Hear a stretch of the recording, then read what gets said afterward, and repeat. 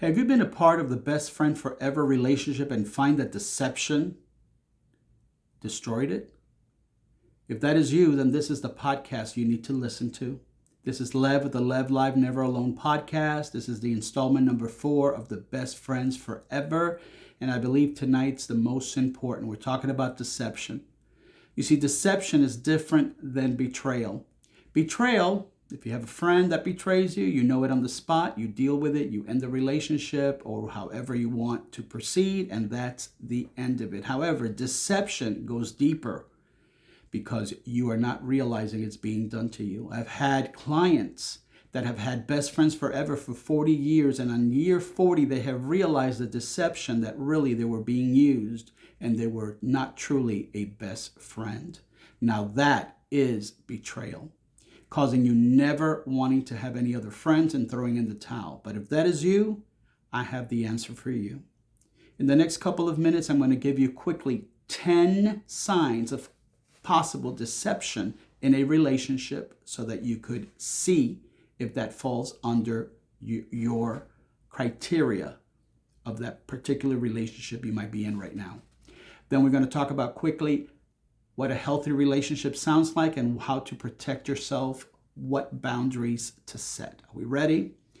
The first sign of possible deception is your friends disappear when you need support. They're not there when the car breaks. They're not there when you're sick. They're not there when you're in jail.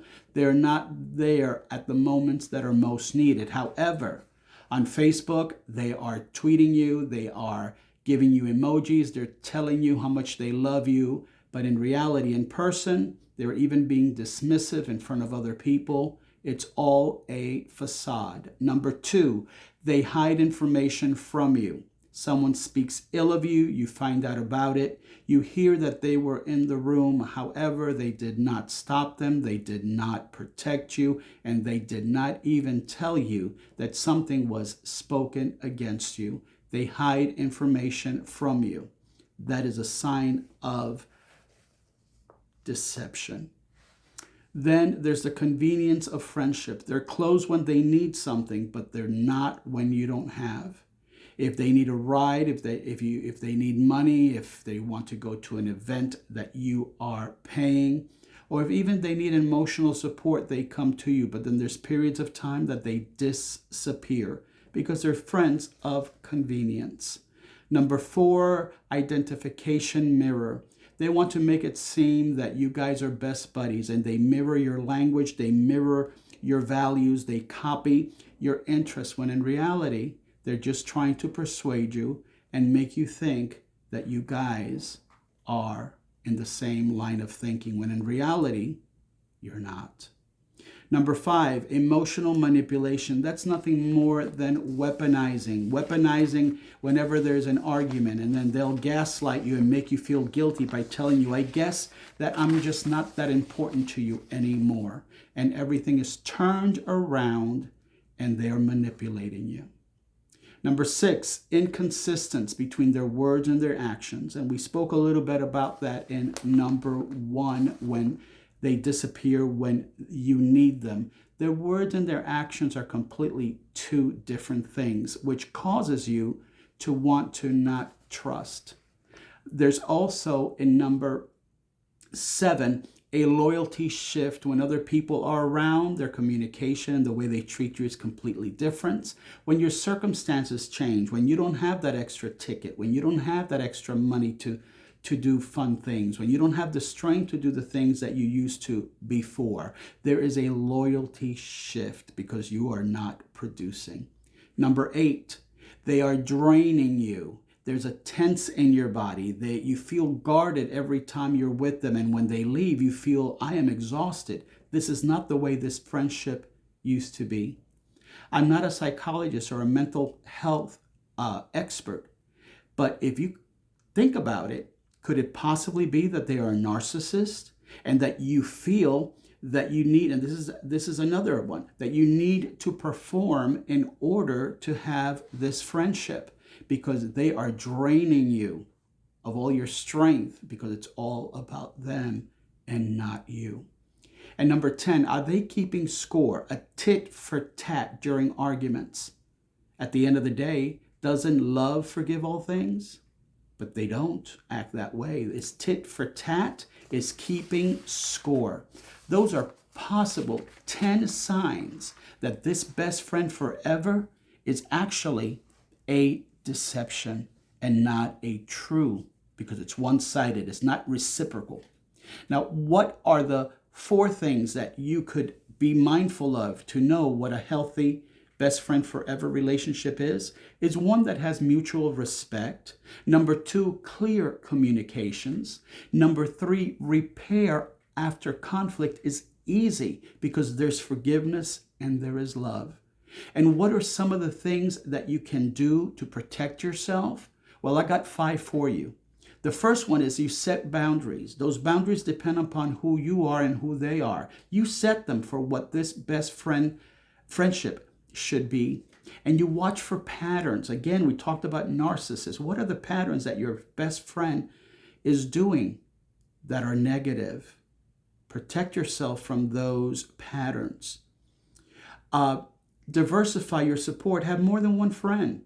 Don't be clinging to that one individual, because then it could become, number 1, taxing for them, or number 2, they could be controlling you as well.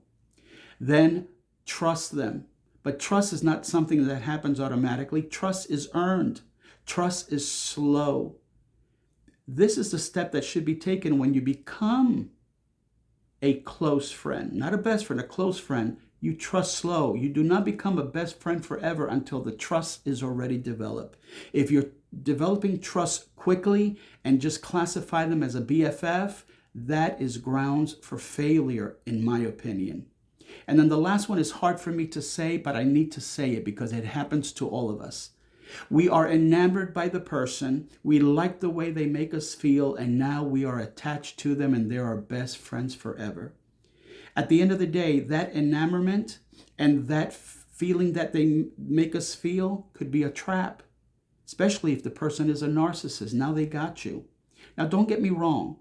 What brought you together in the first place was because you were enamored by them. You like them, that you have things in common. You like their company. You have things in common, and you like the way they make you feel. And that is all good. But what I'm saying is, when the dependency is on the enamorment, as well as how they make you feel, that is not true BFF. A BFF is there in the good and the bad, in all walk of your life, right? So it's more than being enamored. It's more than feeling a certain way. It's about being there. It's about being reciprocal in giving and taking.